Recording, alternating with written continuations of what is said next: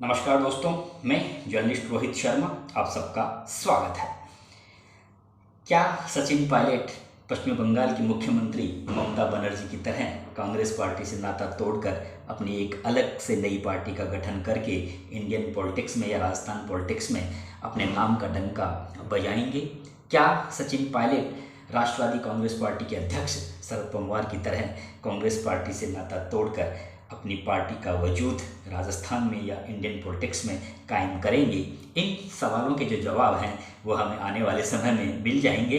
फिलहाल सचिन पायलट कांग्रेस पार्टी में हैं, उन्होंने अभी कांग्रेस पार्टी को छोड़ा भी नहीं है और ना ही उन्होंने कोई अपनी नई पार्टी का ऐलान किया है। लेकिन जिस तरह से खबरें प्रिंट मीडिया में, इलेक्ट्रॉनिक मीडिया में और सोशल मीडिया में उठ रही हैं कि सचिन पायलट एक नई राजनीतिक पार्टी बनाने जा रहे हैं, किसी भी समय वे अपनी नई पार्टी को लॉन्च कर सकते हैं, तो इस तरह की खबरों को हम पूरी तरह से खारिज भी नहीं कर सकते, क्योंकि आपको पता है कि जिस तरह से मुख्यमंत्री अशोक गहलोत के साथ सचिन पायलट के टकराव लगातार बढ़ते जा रहे हैं और जिस तरह से कांग्रेस हाईकमान की ओर से सचिन पायलट के मुकाबले अशोक गहलोत को ज़्यादा तवज्जो दिया जा रहा है और आगामी विधानसभा चुनावों में अशोक गहलोत को ही कांग्रेस हाईकमान की ओर से पूरी तरह से फ्री हैंड दे दिया गया है, उसे देखते हुए सचिन पायलट और उनके जो समर्थक विधायक हैं, जो नेता हैं, वे खुद को असुरक्षित और असहज महसूस कर रहे हैं और खुद सचिन पायलट भी इस समय खुद को असहज और असुरक्षित और अपमानित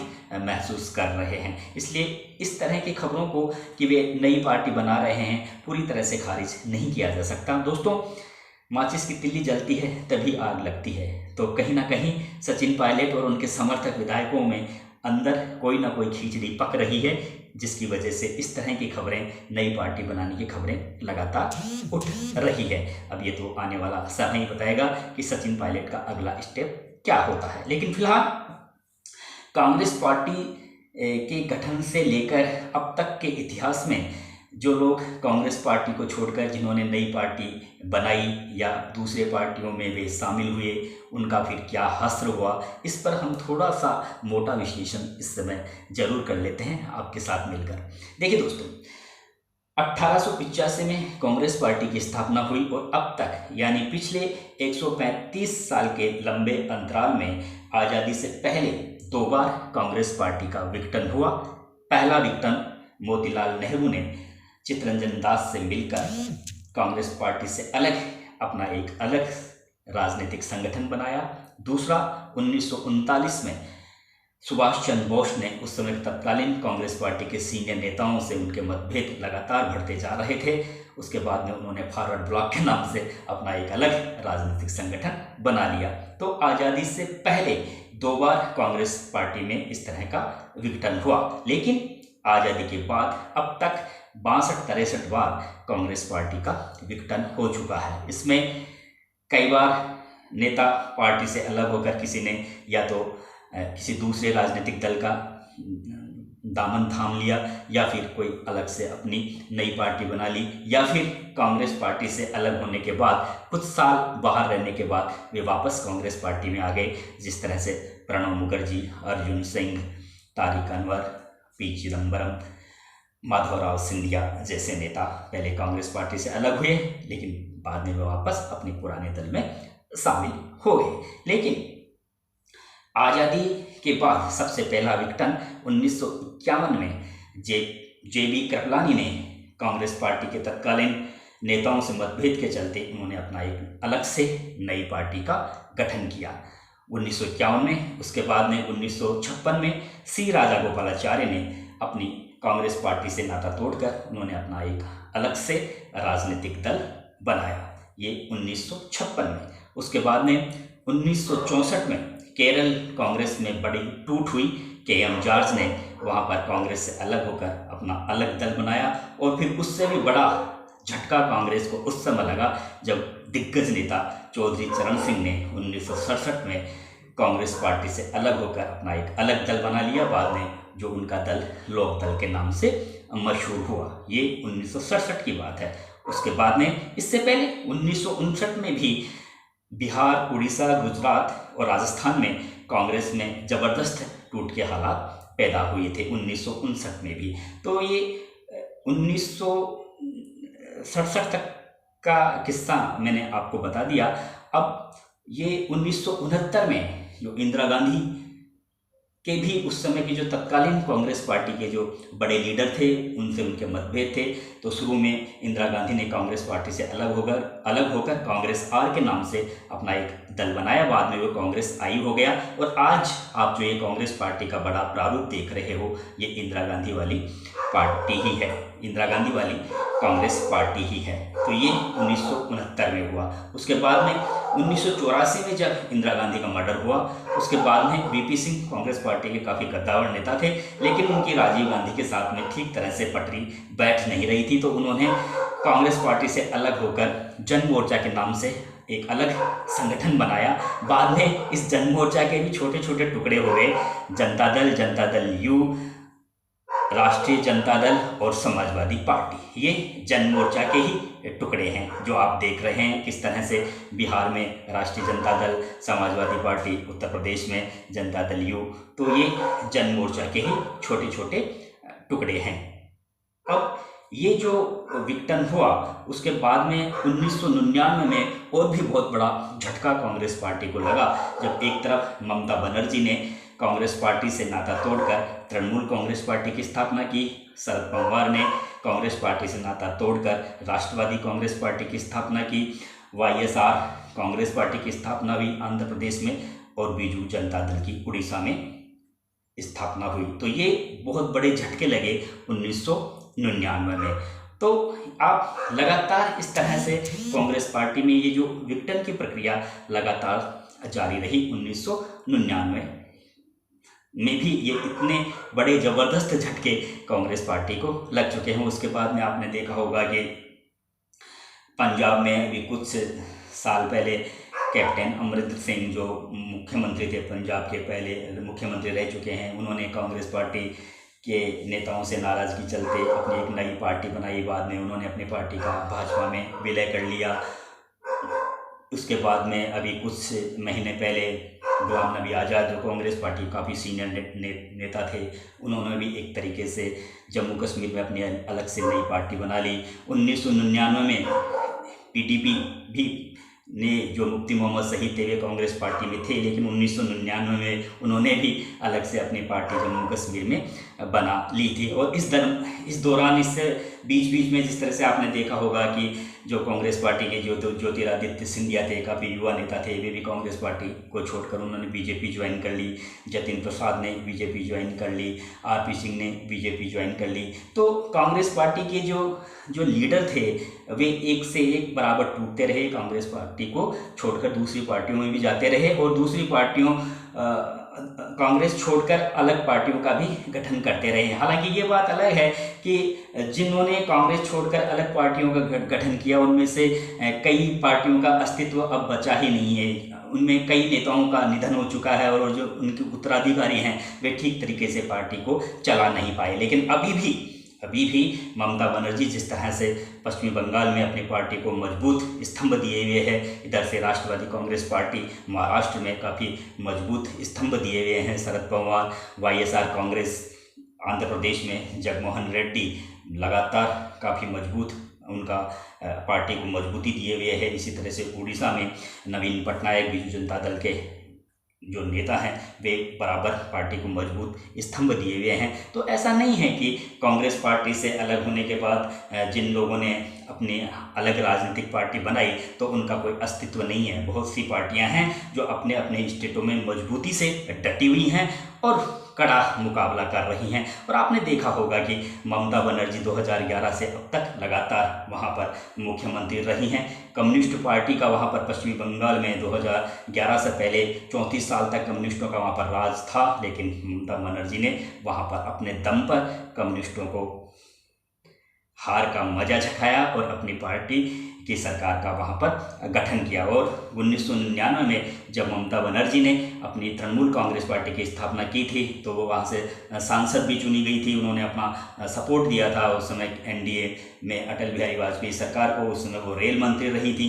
बाद में यूपीए की सरकार का गठन हुआ केंद्र में, तो यूपीए का भी उन्होंने समर्थन किया, साथ दिया। उस शासनकाल में भी वे रेल मंत्री रही थी। इसी तरह से शरद पवार ने भी भले ही महाराष्ट्र में उनकी जो पार्टी अपने दम पर पूरे बहुमत के आधार पर सरकार नहीं बना पाई हो, लेकिन महाराष्ट्र में सरकार के गठन में राष्ट्रवादी कांग्रेस पार्टी का अहम योगदान रहा है और कुछ मौक़ों पर शरद पवार वहाँ पर मुख्यमंत्री की कुर्सी तक भी पहुँचे हैं। तो कांग्रेस पार्टी से अलग होकर अलग पार्टियां बनाने वाले नेताओं का खट्टा मीठा अनुभव रहने वाली बात हम कह सकते हैं। अब फिलहाल हम लौट कर आते हैं सचिन पायलट की ओर से। देखिए, सचिन पायलट निश्चित रूप से काफ़ी जनाधार वाले नेता हैं और राजस्थान में वे विगत एक दशक से पूरी तरह से सक्रिय हैं। 7-8 साल तक राजस्थान कांग्रेस के अध्यक्ष रहे।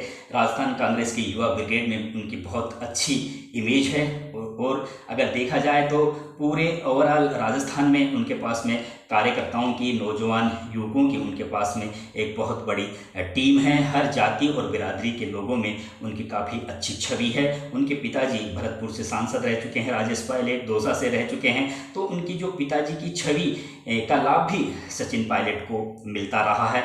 किसान नेता के रूप में वे माने जाते हैं और अपने पिता की तरह ही वे भाषण देने का अंदाज भी राजेश पायलट की तरह ही है सचिन पायलट का भी। तो अगर वे वर्तमान हालातों में, आपको पता है कि राजस्थान में भाजपा और कांग्रेस दोनों ही दलों में अंतर्विरोध की स्थिति ज़बरदस्त बनी हुई है, विरोधाभास की स्थिति बनी हुई है, भीतराघात वहां पर चल रहा है कांग्रेस पार्टी में और बीजेपी में भी। तो ऐसे हालातों में यही वजह है कि राष्ट्रीय लोकतांत्रिक पार्टी का जनाधार लगातार बढ़ता जा रहा है हनुमान बेनीवाल का, क्योंकि दोनों ही पार्टियों की स्थिति एक सी बनी हुई है, चाहे बीजेपी हो चाहे कांग्रेस हो। दोनों ही पार्टियों में अंदरूनी जो मनमुटाव है काफ़ी बढ़ चुका है। तो ऐसी स्थिति में अगर कोई तीसरा दल मजबूती के साथ, कोई जनाधार वाला नेता मजबूती के साथ अगर अपनी पार्टी को लॉन्च करता है तो निश्चित रूप से उसको वर्तमान परिस्थितियों में फायदा पहुंचने के प्रबल आसार बन जाते हैं। हालांकि मैंने ये देखा है कि आपने देखा होगा कि किरोड़ी लाल मीणा भी काफ़ी जनाधार वाले नेता थे। भाजपा से अलग होकर उन्होंने अपने नया दल बनाया, लेकिन वे कामयाब नहीं हो सके। इसी तरह से घनश्याम तिवारी भी काफ़ी वरिष्ठ नेता थे, उन्होंने भी भाजपा से नाता तोड़कर अपना अलग पार्टी बनाई, लेकिन भी कामयाब नहीं हो सके। लेकिन यहाँ पर सचिन पायलट के लिए यहाँ पर एक तरीके से जो माहौल इस समय बना हुआ है वह काफ़ी बिल्कुल ठीक सा प्रतीत होता है, क्योंकि इस समय जो कांग्रेस पार्टी की जो स्थिति है वो पूरी तरह से काफ़ी जो अंदरूनी जो ढांचा है वो पूरी तरह से चरमरा गया है। तो ऐसे हालातों में अगर सचिन पायलट अगर अपनी कोई नई पार्टी लॉन्च करते हैं तो निश्चित रूप से कांग्रेस पार्टी का एक बड़ा वर्ग सचिन पायलट से जुड़ सकता है, इसमें कोई दो राय नहीं है। क्योंकि सचिन पायलट बराबर फील्ड में रहे हैं, पिछले 10 साल से राजस्थान के हर इलाके में गए हैं, हर कोने में रहे हैं और हर जगह उन्होंने अपनी एक टीम को मुस्तैदी के साथ खड़ा किया हुआ है। और जिस तरह से हनुमान बेनीवाल बराबर सचिन पायलट को अपने साथ लेने की बात कह रहे हैं, और तो अगर इधर से सचिन पायलट अपनी कोई नई पार्टी लॉन्च कर देते हैं और उधर से अगर वे हनुमान बेनीवाल के साथ मिलकर आगामी विधानसभा चुनावों में 200 विधानसभा सीटों पर अगर मिलकर अपने कैंडिडेट उतारते हैं तो निश्चित रूप से कांग्रेस और भाजपा के लिए यहाँ पर बहुत बड़ी चुनौती खड़ी हो सकती है। इसमें कोई संदेह वाली बात नहीं है। राजनीतिक विश्लेषक भी मान रहे हैं कि इस समय अगर कोई एक जनाधार वाला नेता अगर कोई मजबूती से कोई बड़ी पार्टी लॉन्च करता है और उसमें पूरी ताकत झोंक देता है, पूरे मुस्तैदी के साथ एक तरीके से बेटर प्रबंधन करते हुए अगर उस पार्टी को वो स्थापित करने में लग जाता है तो निश्चित रूप से आने वाले 10-15 सालों में वो एक बहुत बड़ी पार्टी को राजस्थान में स्थापित कर सकता है। और इस काम में सचिन पायलट पूरी तरह से सफल भी हो सकते हैं, क्योंकि अभी उनकी आयु ज़्यादा नहीं है, अभी उनके पास में काफ़ी पूरा भविष्य, लंबा भविष्य सामने खड़ा हुआ है। ऐसे हालातों में राजस्थान का जो परिदृश्य है, राजस्थान की राजनीति है, उसको वे काफ़ी समझ चुके हैं, क्योंकि 10 साल हो गए उनको। और राजस्थान कांग्रेस के अध्यक्ष पद पर रहते हुए भी उन्होंने जिस मुस्तैदी के साथ पार्टी के संगठन को चलाया और युवा ब्रिगेड को जिस तरह से उन्होंने अपने साथ में रखा और साथ में जोड़े रखा, उसका असर अब तक भी है। हमने देखा है कि सचिन पायलट जब भी अगर किसी भी मुद्दे को लेकर अगर सड़क पर उतरते हैं तो कॉलेज यूनिवर्सिटी के छात्र छात्राएं उनके साथ में खड़ी हो जाती हैं और एक बहुत बड़ी भीड़ वे जमा कर लेते हैं हर जगह पर। तो एक तरीके से उनका क्रेज बराबर अभी बना हुआ है राजस्थान में, तो हम ये समझ सकते हैं कि अगर वे भी ममता बनर्जी या राष्ट्रवादी कांग्रेस पार्टी के अध्यक्ष शरद पवार की तरह अगर वे उस ओर बढ़ रहे हैं, नई पार्टी बनाने के बारे में सोच रहे हैं, तो कहीं ना कहीं जो वर्तमान में जो राजस्थान की राजनीति का जो माहौल बना हुआ है, राजस्थान में जो राजनीतिक पार्टियों की जो वस्तु स्थिति अभी बनी हुई है, उसमें उनको कहीं ना कहीं बड़ा फायदा जरूर हो सकता है और वे अपनी पार्टी को स्थापित कर सकते हैं। भले ही आगामी विधानसभा चुनाव में सचिन पायलट अगर कोई नई पार्टी बनाते और अपने कैंडिडेट खड़े करते हैं तो चाहे उन्हें ज़्यादा सफलता नहीं मिले, लेकिन आने वाले सालों में वे जरूर अगर राजस्थान छोड़कर नहीं जाते हैं और पूरे तन मन से अगर पार्टी के संगठन को खड़ा करते हैं, तो फिर आने वाले सालों में उनकी पार्टी एक बहुत बड़ी राजनीतिक पार्टी के रूप में राजस्थान में स्थापित हो सकती है। और ये तो देखने वाली बात है ये कि किस तरह से, आपको पता है कि हनुमान बेनीवाल लगातार सचिन पायलट को अपने साथ जोड़कर रखने के बारे में जो पूरा जतन कर रहे हैं, क्योंकि हनुमान बेनीवाल के मुद्दे भी वही हैं जो मुद्दे सचिन पायलट के हैं। हनुमान बेनीवाल सरकारी भर्तियों में जो धांधलियाँ हुई हैं उनके विषय को लेकर वे राजस्थान की सड़कों पर बराबर आंदोलन करते रहे हैं। बेरोजगारी को लेकर, किसानों के मुद्दों को लेकर, और जिस तरह से आपने देखा होगा कि अभी शहीद स्मारक पर सचिन पायलट पूर्ववर्ती वसुंधरा राजे शासनकाल के भ्रष्टाचारों की जांचों की मांग को लेकर उन्होंने अनशन किया था। हनुमान बेनीवाल भी लगातार अशोक गहलोत और वसुंधरा राजे पर आरोप लगाते रहे हैं भ्रष्टाचार के। तो इन दोनों नेताओं के मुद्दे एक से हैं, तो अगर ये दोनों नेता मिलकर, भले ही ऐसा नहीं है कि सचिन पायलट हनुमान बेनीवाल की पार्टी में शामिल होंगे, लेकिन अगर सचिन पायलट अपनी अलग पार्टी बनाते हैं, उधर से हनुमान बेनीवाल की अलग पार्टी है ही, और दोनों मिलकर 200 विधानसभा सीटों पर चुनाव कैंडिडेट मैदान में उतारते हैं और एक दूसरे का सपोर्ट करते हैं, एक दूसरे का चुनाव प्रचार करते हैं, तो निश्चित रूप से बड़ी अच्छे तादाद में इन दोनों ही दलों के विधायक चुनकर आ भी सकते हैं वर्तमान हालातों में। तो अब देखने वाली बात यह है कि सचिन पायलट का अगला कदम क्या होता है। लेकिन ये जरूर है कि जिस तरह की खबरें निकल रही हैं कि पायलट कोई नई पार्टी लॉन्च करने वाले हैं, तो इस खबर को हम झूठा करार भी नहीं दे सकते। नमस्कार दोस्तों।